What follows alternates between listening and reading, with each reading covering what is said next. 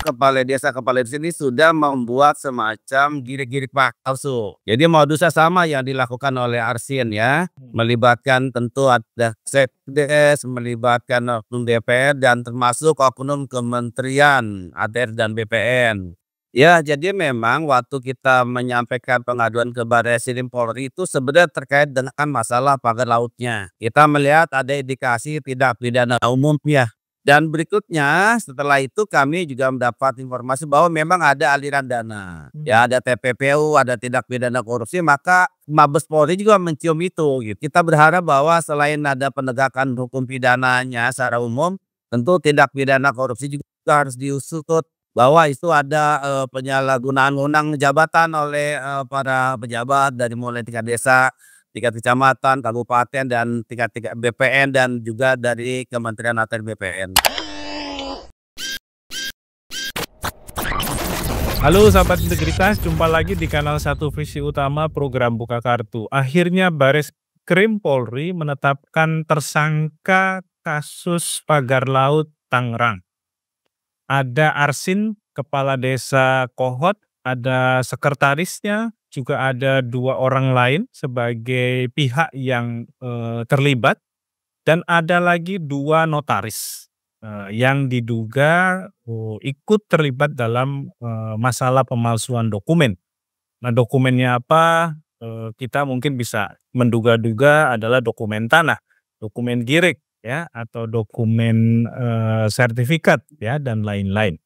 Nah, apakah penetapan tersangka oleh Barreskrim ini merupakan satu perkembangan yang akan memicu pengungkapan perkara ini lebih besar, atau kemudian menjadi layu sebelum berkembang? Nah, kita akan berdiskusi dengan Bung Gufroni, SHMH. Ya, Bung Gufron ini sudah beberapa kali mampir di kanal kita. Nah, sekarang kita ingin mengupdate perkembangan terakhir dari penegakan hukum ya, terkait dengan laporan dan advokasi yang disampaikan oleh Bung Gufron dan teman-teman selama ini di dalam konteks kasus pagar laut Tangerang. Bung Gufron ini sekali lagi saya mungkin sekedar refresh, adalah Ketua LBH Universitas Muhammadiyah Tangerang, juga merupakan Ketua Bidang Riset dan Advokasi Kebijakan Publik LBH PP Muhammadiyah. Kita sapa dulu Bung Gufron. Bung Gufron, apa kabar? Alhamdulillah baik, Bang Adnan. Alhamdulillah sehat ya. Ini tadi kita dengar juga baru menerima pengaduan dari masyarakat soal tanah juga ini. Ya, soal tanah tadi ada sekitar 10 orang warga Dadap, nelayan sih sebenarnya, nelayan. Dulu saya udah pernah ke lokasinya, dan mereka minta kayak kita LBH untuk bantu masalah hukum terkait dengan masalah tanah sih. Oke, lagi-lagi soal tanah ya. Meskipun ada tanah, ada laut ini yang sedang kita soroti ya. Bung Gufron, terkait dengan perkembangan di Barreskrim, catatannya apa? Ya, jadi memang ini sesuai dengan prediksi kami sebetulnya. Bahwa ini akan ada beberapa orang yang ditetapkan sebagai tersangka, tapi ini masih kelasnya kelas recehnya gitu ya. Ya, artinya sekelas kepala desa sampai ditangani oleh sekelas Mabes Polri atau Barreskrim Polri. Ya, jadi agak menarik atau unik nih. Selama ini kan biasanya kalau kasus yang yang ditangani untuk kepala desa kan sebenarnya cukup polsek atau polres sebetulnya. Tapi ini kan Barreskrim Polri. Jadi ini sesuai dengan prediksi kita dan ini adalah menurut kami adalah bagian dari penetapan tersangka tahap awal, tahap pertama.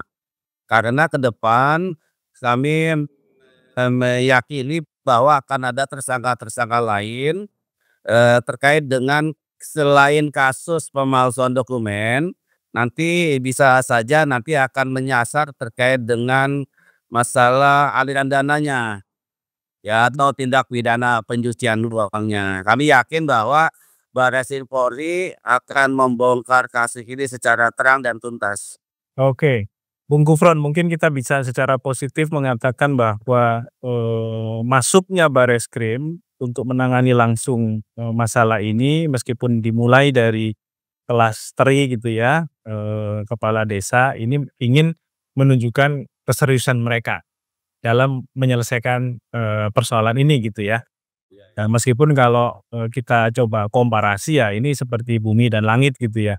Barreskrim itu biasanya menangani kasus-kasus maha besar, sekarang harus mulai masuk dulu ke level yang paling bawah. Nah, yang, perlu kita perdalam, kepala desa Kohot ini kok begitu cukup, menentukan ya? Maksudnya kalau kita lihat konteks lagi ya dalam kaitannya dengan masalah pagar laut, itu kan bentangannya 30 kilo lebih. Dan tentu itu bukan urusan satu kepala desa dong, ya, itu pasti urusannya juga ada kaitannya dengan kades-kades lain.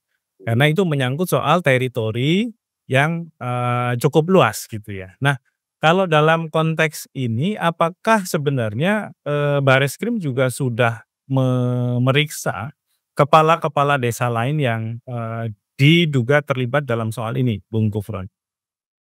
Ya jadi memang kami kan sudah menemukan apa, data ya bahwa diduga ada keterlibatan, 16 kepala desa, Bang. Ya, 16 kepala desa yang mengajukan hal yang sama sebagaimana yang dilakukan oleh kepala desa Kohon, yaitu adalah permohonan pengukuran dan penerbitan sertifikat atas, kapling laut. Dan itu sudah diajukan ke Kantah Kabupaten Tangerang. Hanya saja memang ini belum diduga memang belum terbit ya HGB dan SAM sebagaimana yang terjadi di Desa Kohod. Nah, untuk Desa Kohod ini menurut informasi yang kami dapat ya Bang, ini ada semacam proyek percontohan atau semacam pilot project ya, dan itu kan sudah ada hasilnya, ada keluar sertifikatnya. Maka atas dasar itulah kemudian 16 kepala desa mengajukan hal yang sama ke Kantah Kabupaten Tangerang, tapi tidak keburu terbit karena sudah viral kasus pagar laut. Oke, tapi kan motif untuk menjadikannya sebagai kafling laut sudah dilakukan dong? Sudah, jadi sebetulnya kepala desa ini sudah membuat semacam girik-girik palsu. Jadi modusnya sama yang dilakukan oleh Arsin ya. Melibatkan tentu ada Sekdes, melibatkan oknum DPR dan termasuk oknum Kementerian ATR dan BPN.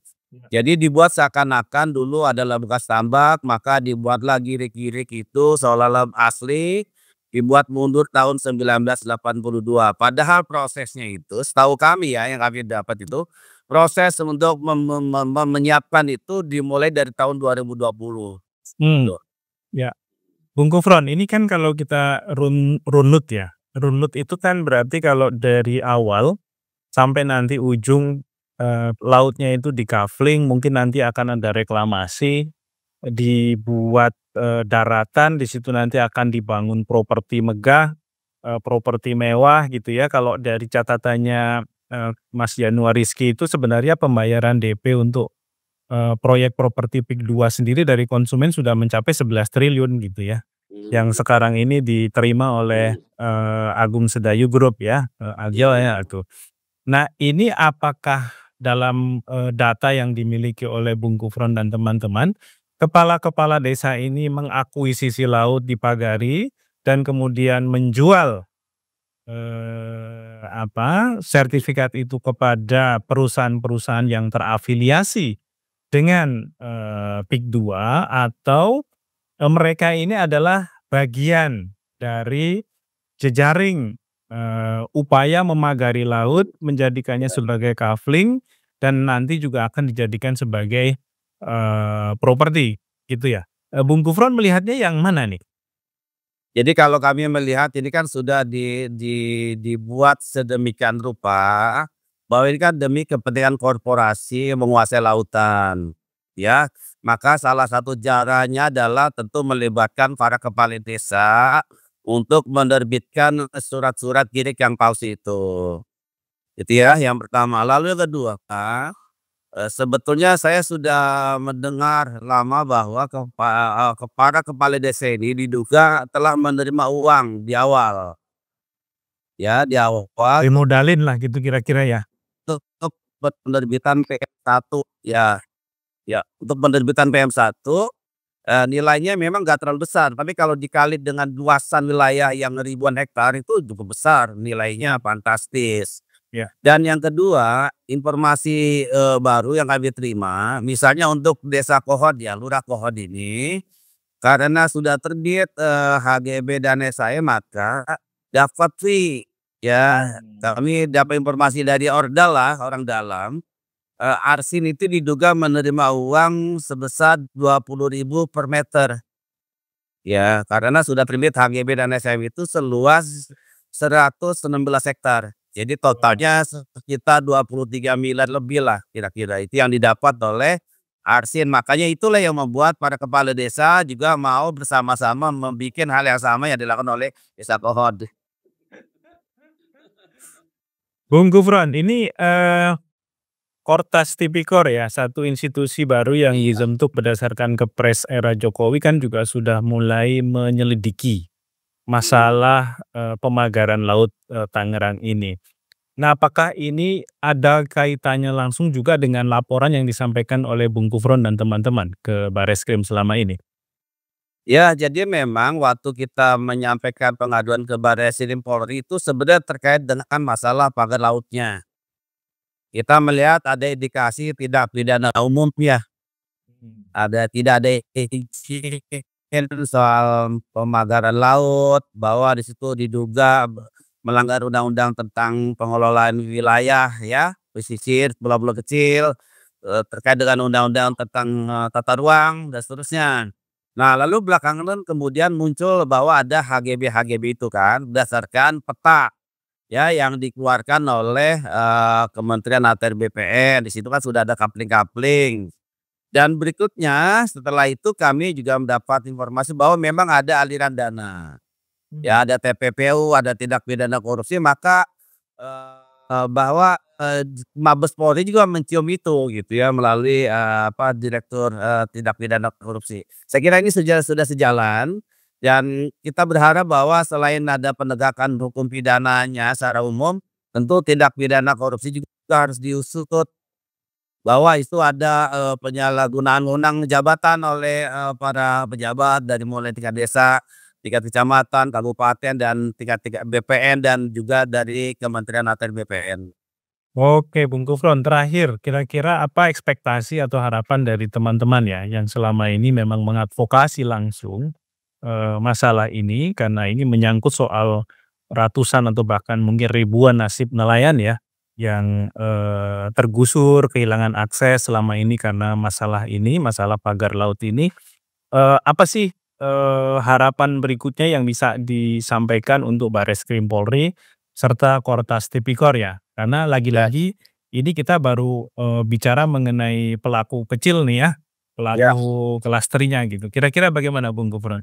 Ya tentu kami mendorong pada penyidik Barreskrim Polri ya termasuk dari Korlantas, Tipikor untuk mengusut ini secara tuntas siapa saja dalang ya atau pelaku utama dari kasus ini. Sebagaimana yang sudah kami, adukan itu kan ada beberapa nama yang menurut kami ini belum pernah diperiksa. Misalnya ada Mandor Mehmet, ya dia pemain lah di lapangannya. Kemudian ada Engcun alias Ahmad Gojali, ya itu memang ya sudah cukup terkenal lah di Tangerang. Kemudian berikutnya lagi di atasnya ada namanya Ali Hanafi Lijaya. Saya kira 3 orang inilah yang menjadi aktor intelektual dari kasus-kasus yang selama ini terjadi, baik kasus pagar laut, soal pemalsuan dokumen itu, soal perampasan tanah itu, dan kriminalisasi ya tentu, 3 orang inilah yang seharusnya diperiksa dan bisa ditetapkan sebagai tersangka oleh, Mabes Polri. Cuma persoalannya berani tidak. karena nanti akan sampai ke aguan, itu soalnya Bang. Oke, jadi 3 nama yang tadi disebut Bung Gufron, kita bisa sebut sebagai middleman gitu ya.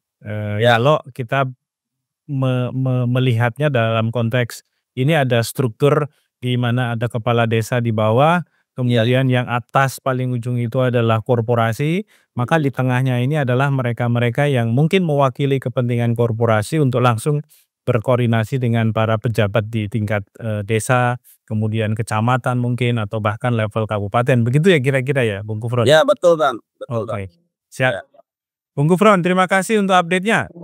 Semoga harapan kita sama, Bareskrim akan terus mengejar pelaku-pelaku lain yang tentu rankingnya lebih tinggi gitu ya, perannya jauh lebih besar, dan sampai kepada, ujung yang menggembirakan bagi masyarakat. Tentu bukan ujung yang menggembirakan bagi mereka-mereka yang memiliki modal besar.